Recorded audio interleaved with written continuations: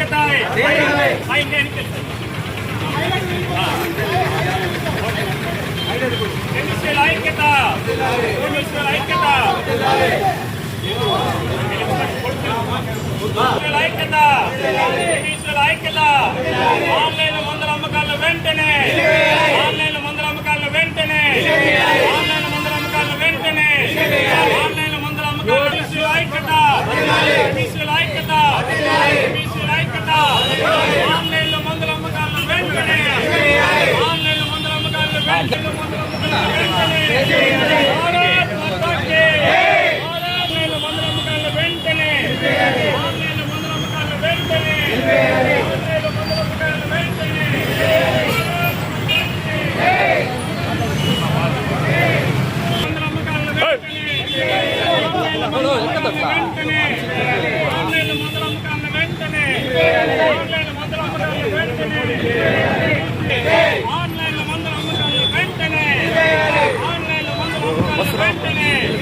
Online మందుల అమ్మకాలను వెంటనే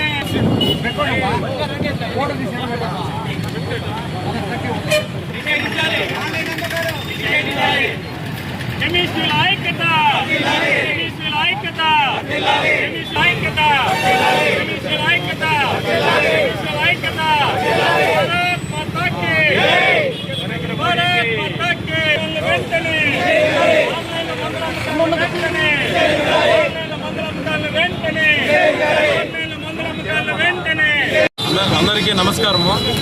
నా పేరు నరేష్ బాబు. నేను చిత్తూరు జిల్లా chemist and druggist association president. నేను మా దేశవ్యాప్తంగా మా ఆల్ ఇండియా అసోసియేషన్ పిలుపు మేరకు రాష్ట్ర సంఘము అలాగే జిల్లా సంఘాలు మొత్తం 12,40,000 మంది కెమిస్టులు ఈరోజు ఈ నిరసన కార్యక్రమంలో పాల్గొంటున్నాము.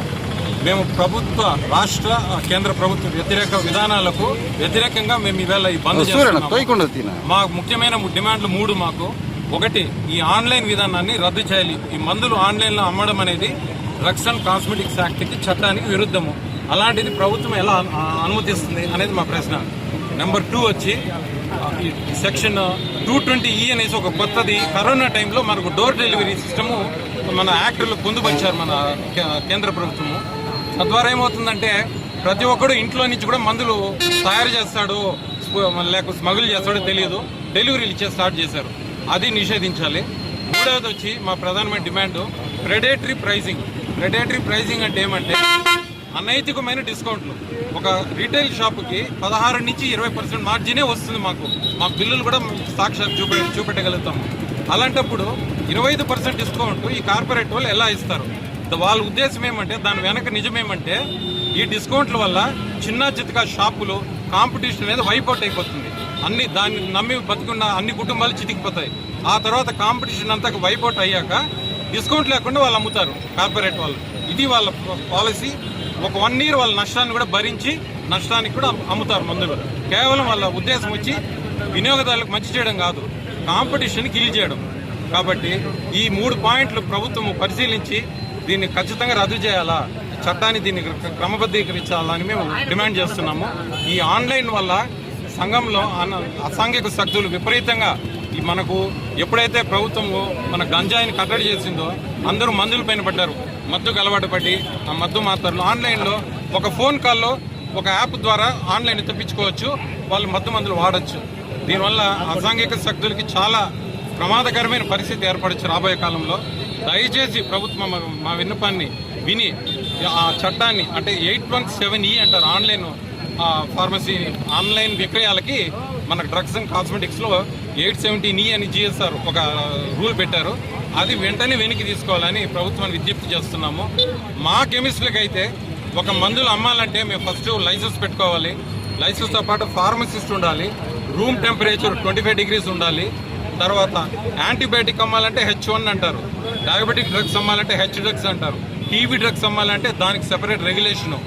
మళ్ళీ హ్యాబిట్ ఫార్మింగ్ అంటే హార్ట్ పేషెంట్ నిద్రపోవాలని మాత్ర వేసుకుందామంటే దానికి ఒక నార్కోటిక్స్ యాక్ట్ని పెట్టి నానా రకాల యాక్ట్లతో నానా రకాల సెక్షన్లతో మా వ్యాపారాల్ని కట్టడి చేసేసిన ప్రభుత్వము, అదే ప్రభుత్వం ఆన్లైన్ మాత్రం ఎలా అనుమతిస్తారు అనేది మేము ప్రశ్నిస్తున్నాం. ఇవాళ దయచేసి మన పత్రికా మీడియా మిత్రుల ద్వారా పత్రికల ద్వారా మేము కోరేది ఏమంటే ప్రభుత్వాన్ని ఒక కమిటీ హై లెవెల్ కమిటీ వేసి ఈ సెక్షన్ వల్ల ఎంత అనర్థాలు సంఘంలో జరుగుతున్నాయని గుర్తించి వెంటనే దీన్ని వెనక్కి తీసుకోవాలని కోరుతున్నాము, ప్రార్థిస్తున్నాము.